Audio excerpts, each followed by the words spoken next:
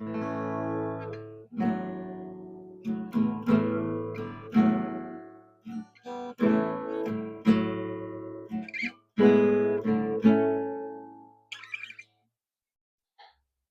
put 10 minutes in on my list.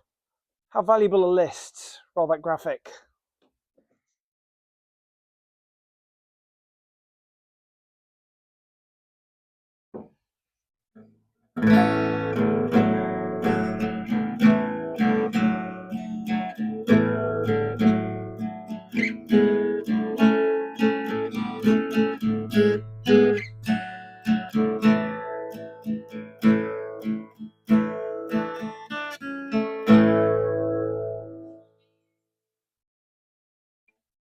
Stay cool.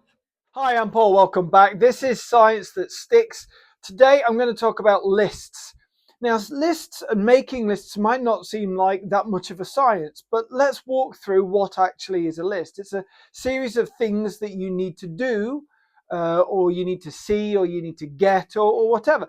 And then once you've done that, once you've done these minor accomplishments, you tick them off.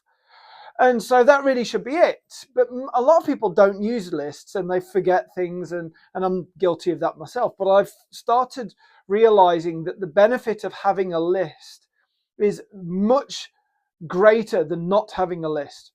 So today, lists. The first thing that I would say about lists is always include as many items as you can. This is the list that I put up earlier. Today is Sunday, the 4th of May. May the 4th be with you. Anyway, that said, I made a list, and I always make a list at weekends or at the beginning of the summer holiday or at the beginning of half terms and at the beginning of each week when I get into work. In fact, actually, sometimes it starts on the Sunday night or Sunday afternoon before. And what I do is I write a list of things that I'm going to do over the day, over the weekend, over the week, over the 6 weeks or whatever. Now, one of my friends was asking me about why should I write a list? I've got so much to do and I'll just get round to it. Now, I said, actually, if you write things down, the list itself becomes motivating. And my friend said, I don't really believe you. Explain why. And I said, well, the reason being is because you put things on it that you're going to do anyway. So the first thing that I'm going to say to everybody when writing a list is try it. Seriously, actually try writing a list. And your first item on your list could be write a list for today, write a list for the week, write a list of things to do, write a things to do list. Just try it. The next thing is to include daily things that you do anyway. Well, not so much daily, but certainly regular things. Then develop it into what else you need. So develop the list into other areas.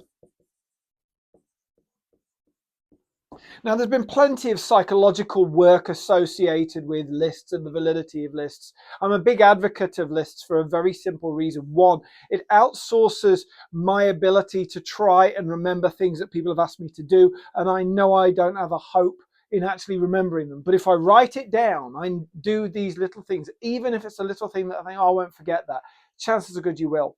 When I go shopping, I actually write a shopping list. I also make sure that when I write my shopping list, I really ensure that I am not hungry and that I'm ready to actually write the list for the things that I need that week.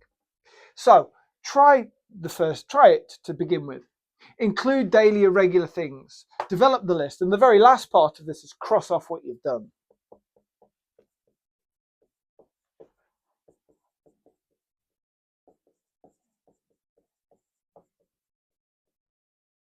So cross off completed tasks. The reason that crossing the tasks off is so useful is because it adds an element of drama to it, in the words of Jim Rohn, whose motivational speaking's echoing through the ages as we speak. But the other part of it is, after a couple of hours of you just doing little things and you go, right, I'll cross that off, I'll cross that off, before you know it, you've had a really productive time. So if you struggle at the end of a day or the end of the week, you think, I'm not really done very much, but you've actually made a list and you've actually started to cross things off, you can see what you have done. Now, some people say, yeah, but I can also see what I've not done. Yes, that's true. but you still had to do those things in the first place. Now, if you didn't write a list, you might have forgotten some things that you know that you would have forgotten, but you've done them. Try it. I recommend this wholeheartedly for people that are doing revision. If you're revising for your GCSEs, your AS results, or your A levels, I would really make sure that for every single subject, you definitely make sure that you write a list of things that you want to revise. Topics, for example. What assessments you've already done. Do you have them? Can you go over them again? Can you rewrite out the questions? Can you form your own questions? Are you going to be printing what you need to print off in order for you to revise effectively?